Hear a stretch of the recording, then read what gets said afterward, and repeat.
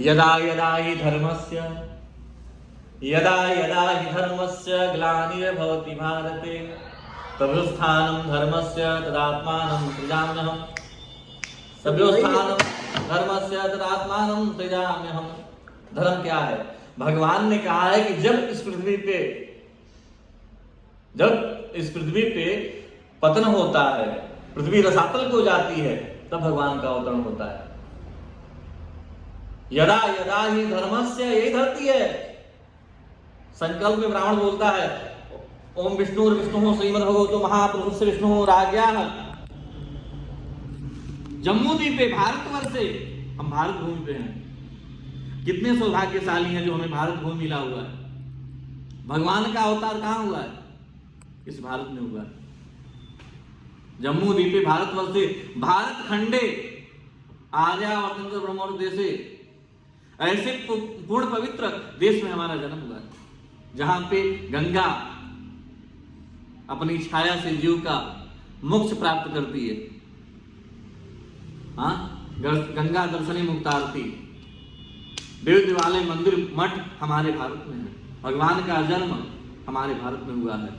राम जी का अवतार अवध में हुआ, भगवान कृष्ण का अवतार ब्रज में हुआ। कितने हम सौभाग्यशाली हैं। लेकिन जीव जो है आज के हिसाब से, जो सत्ता पे बैठने वाले राजा हैं, वह धर्म के निरपेक्ष कार्य नहीं कर रहे, भटक गए हैं। पहले ये होता था कि हम अपने जीवन में किसी प्रकार की समस्या आती थी तो हम ज्योतिषाचार्यों के पास जाते थे, महापुरुषों के पास जाते थे, उनसे अनुसरण करते थे, उनसे हम अपना क्लेश को, अपने चिंतन को उनके सामने रखते थे। एक बार महाराज दशरथ को गलानी हुआ,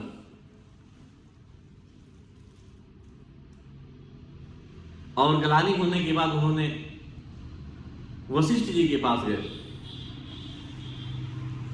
और जाकर कहे कि गुरुदेव, स्कूल में तो सब कुछ है, लेकिन कुल की परंपरा कैसे चलेगी? संतान नहीं है। उन्होंने कहा कि मैं तो कुल पुरोहित हूं, संतान आपके पास नहीं है, मैं इसके लिए श्रृंगी ऋषि को बुलवा रहा हूं, और वह जो बताएंगे वही वो कार्य किया जाए। श्रृंगी ऋषि को बुलाया गया, पुत्रष्टि यज्ञ हुई, यज्ञ से प्रसाद निकला, उन्होंने तीनों रानियों को प्रसाद दिए। आज लुप्त हो गया है। पहले आध्यात्म शक्ति से, आध्यात्म ऊर्जा से लोग जीते थे, आज खाद्य पदार्थों से जीते हैं। ये समय आ गया है। व्यक्ति के पास धन हो सकता है, विवेक हो सकता है, लेकिन आध्यात्म शक्ति नहीं हो सकती। ये कैसे आती है? जब जीव तप करता है, अच्छे गुरु का आश्रय लेता है। वशिष्ठ जी ने कहा कि मैं आपका कुल पुरोहित हूं, मुझे कर्मकांड के बारे में अनुभव है, लेकिन जो ज्योतिष का विधान है, जो शास्त्रोक्त विधान है, जो शास्त्रोक्त प्रणाली है, मैं उसका अनुसरण नहीं किया हूं। श्रृंगी ऋषि को बुलवाने के बाद पुत्रष्टि योग भी भगवान का प्राकट्य हुआ। बहुत जब जीवन का कुछ पुण्य उदय होता है तो महापुरुषों का अवतरण होता है। और किनको आना पड़ा? भगवान विष्णु को, साक्षात नारायण ने अवतार लिया, और एक नहीं 4 पुत्र हुए, 4 पुत्र हुए। और पुत्र कैसा होना चाहिए? धर्मवान होना चाहिए, जो हमारे मान प्रतिष्ठा मर्यादा का रक्षा कर सके, बेटी रोटी चोटी की रक्षा कर सके। कुलम पवित्रे जननी कितार्थे, कुल को पवित्र कौन कर सकता है? पुत्र कर सकता है, पुत्री कर सकती है। आज संस्कार हम नहीं डालते हैं। वर्तमान के हिसाब से भगवान का आचरण कैसा था कि प्रातः काल उठ के रघुनाथा, मातु पिता गुरु नाम ही माथा। इस संस्कार था। आज क्या है? 4 बार 6 बार पिता माँ आवाज देती है कि बेटा उठ जाओ, समय अधिक हो गया। पहले संस्कार थे। आज होटलों में अच्छे अच्छे फंक्शनों में जाकर भोजन कर लिए घर, लेकिन माँ के हाथ की बनाई हुई रोटी नहीं जल्दी कोई करता। आचरण विहीन व्यक्ति हो गया है। जैसा आहार वैसा व्यवहार हो रहा है। आहारम च व्यवहारम परिवर्तित होता है इस संस्कार से, वह लुप्त हो रहा है। भगवान हमारे कुल पीठ की, जो चारों पीठ को स्थापना करने वाले भगवान आद्य गुरु शंकराचार्य भगवान ने, बात सुनो, मोबाइल में उनकी अवस्था 16 वर्ष की थी, और 16 वर्ष में उन्होंने माता अम्बा ने एक बार विचार किया। उनके पिताजी का नाम संक्रम था, गुरु शंकराचार्य भगवान। माता अम्बा ने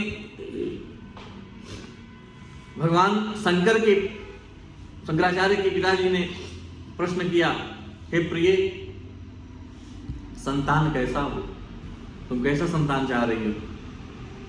माता अम्बा ने कहा, संतान ज्ञानवान हो, बुद्धिजीवी हो, ऐसे संतान हम चाह रहे हैं। और शंकरम ने बताया कि एक कम अल्प आयु का संतान होगा, जो हमारे धर्म की रक्षा करेगा, जो शास्त्र का ज्ञाता होगा, वेद का ज्ञाता होगा, उपनिषद का ज्ञाता होगा, और एक पुत्र अधिक आयु का होगा, जो कुल में दाग लगाने वाला होगा, कलंक लगाने वाला होगा। माँ ने स्वयं मना कर दिया। माँ की ममता कैसी होती है? माँ ने कहा, हमें कम अल्प आयु वाला पुत्र चाहिए। और वह बालक जगत गुरु शंकराचार्य भगवान उस माता अम्बा के शरीर से उत्पन्न हुए। उस 16 वर्ष का बालक ने इस धरा पे अवतरित हुआ। दक्षिण भारत और अनेक नदियों का उसने विचरण किया। मां जा रही थी तालाब से जल निकालने के लिए, सरोवर से, और उस बालक भी साथ में गया। बालक ने कहा, माँ घड़ा मुझको दो और मैं जल निकालूं। बालक ने घड़ा लिया और जल निकालने के लिए गया। मगरमच्छ ने पैर को पकड़ लिया। जब काल आता है तो बुद्धि भ्रष्ट हो जाती है। काल जब आता है, काल सदाय अपने रस डोले, ना जाने कब सिर चढ़ बोले। काल का कोई समय नहीं होता है। काल इच्छा इंसान के पास नहीं है। हानि लाभ जीवन मरण, जस अप जस विधिहार। वशिष्ठ जी ने कहा, मैं तो शास्त्र का ज्ञाता हूं भरत, लेकिन मेरे पास 6 चीज नहीं है, मैं इसको रोक नहीं सकता। जो अवतारी अवतार लिया उसी की लीला परंपार है। सुनहु भरत भावी प्रबल, बिलख कहे मुनिनाथ, कि हानि लाभ जीवन मरण, जस अप जस विधिहार। इच्छा चीज इंसान के हाथ में नहीं है। हानि होने वाली होती है तो पता नहीं चलता है, लाभ होने वाला होता है तो पता नहीं होता है, अनुभव होता है।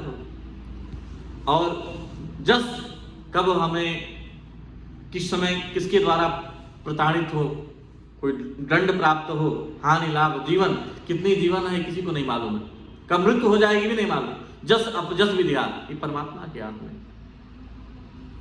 बालक के पैर को मगरमच्छ ने पकड़ लिया। मां अम्बा ने कहा, तुम तो शास्त्रों के ज्ञाता हो, लोग तुमसे पूछते हैं, तुम्हारी प्रशंसा करते हैं, कारण क्या है? बालक ने कहा, मां आज मेरा 16 वर्ष पूर्ण हो गया। आज 16 वर्ष पूर्ण हो गया। आज मुझे जिस धाम से मैं आया था उस धाम को मुझे जाना है। तुमने बचपन में पिताजी से कहा था कि मुझे एकदम अल्प आयु वाला पुत्र चाहिए, तो मेरा आज अल्प आयु जो है 16 वर्ष की आयु थी मैं। मां ने कहा, रोने लगी मां, अम्बा ने रोने लगी। अम्बा ने कहा, पुत्र तुम तो शास्त्रों को जानते हो, वेदों को जानते हो, कुछ ऐसा विधान हो आप बताओ, मैं उसको करूं, तुम्हारे प्राण की रक्षा हो जाए। मां ने, बालक ने कहा मां एक ही विधान है, जन्म मृत्यु जरा व्याधि दुख दोषानुदर्शनम। जीव जन्मता है, इस श्वास को छोड़ता है, मां की कुक्ष से लेकर और शमशान तक की यात्रा संसार के सारे प्राणी करते हैं, लेकिन कभी सोचते नहीं कि इस धरा पे हम किस लिए आए हुए हैं, हमारा अवतरण किस लिए हुआ है। जीवन की सार्थकता तभी है जब हम कुछ कर बैठे, कुछ सार्थक काम करें, कुछ पुण्य का कार्य करें, यज्ञ अनुष्ठान करें, तब हमारे जीवन की सार्थकता है। जब किसी जीव को हम अग्नि के सामने ले जाकर उसकी बाटी को जलाते हैं तो अनेक सामग्री डालते हैं, वो भी भव्य है। हंस की सामग्री, घी डालते हैं, तिल डालते हैं, चंदन की लकड़ी डालते हैं। जो उसके जीवन काल में औषधि नहीं मिला वो सारी क्रिया उसको होती है। उसके पंचभूत शरीर को अग्नि में समाहित कर दिया जाता है। चित्तजल पावक गगन समीरा पंच रहित यह अदम शरीर आए, 5 तत्वों से शरीर प्राप्त हुआ है। मां अम्बा ने कहा हे बालक तुम बताओ क्या विधान है। बालक ने कहा मां एक ही विधान है, आप अगर कहे तो संन्यास्तम संन्यास्तम संन्यास्तम। मां ने संन्यास्तम संन्यास्तम 3 शब्द कहा और कहने के बाद बालक उस घड़े को छोड़कर संन्यास के लिए चल दिया। ज्ञान का, सत्कर्म का कोई आयु नहीं होता है। और माता अम्बा ने कहा, रोने लगी। मां ने कहा कि तुम क्या कर रहे हो। बालक ने कहा मां मुंह मत करो, जब आपने संन्यास कर दिया अब जो 16 वर्ष की आयु 32 वर्ष की हो जाएगी। बालक संन्यास के लिए चल दिया, घड़ी को छोड़कर 4 पीठों को उसने स्थापना किया। 4 पीठों को उसने स्थापना किया, द्वारिकापुरी, बद्रीनाथ, जगन्नाथपुरी और कांची मठ, जो दक्षिण भारत में उसने स्थापित किया। ये 4 पीठों को स्थापना करने के बाद, ये हमारा वैदिक सनातन धर्म है। साधना की कोई आयु नहीं होती। परमात्मा जब पुण्य कराने वाला होता है तो उस जीव के अंदर व्याप्त होता है। शरीर तो हर प्राणी प्राप्त करता है, पशु की भांति जीने से क्या फायदा। समझो कुछ करो। हाँ, पशु की भांति जीने से कोई फायदा नहीं है। नमः पार्वती पतये हर हर महादेव।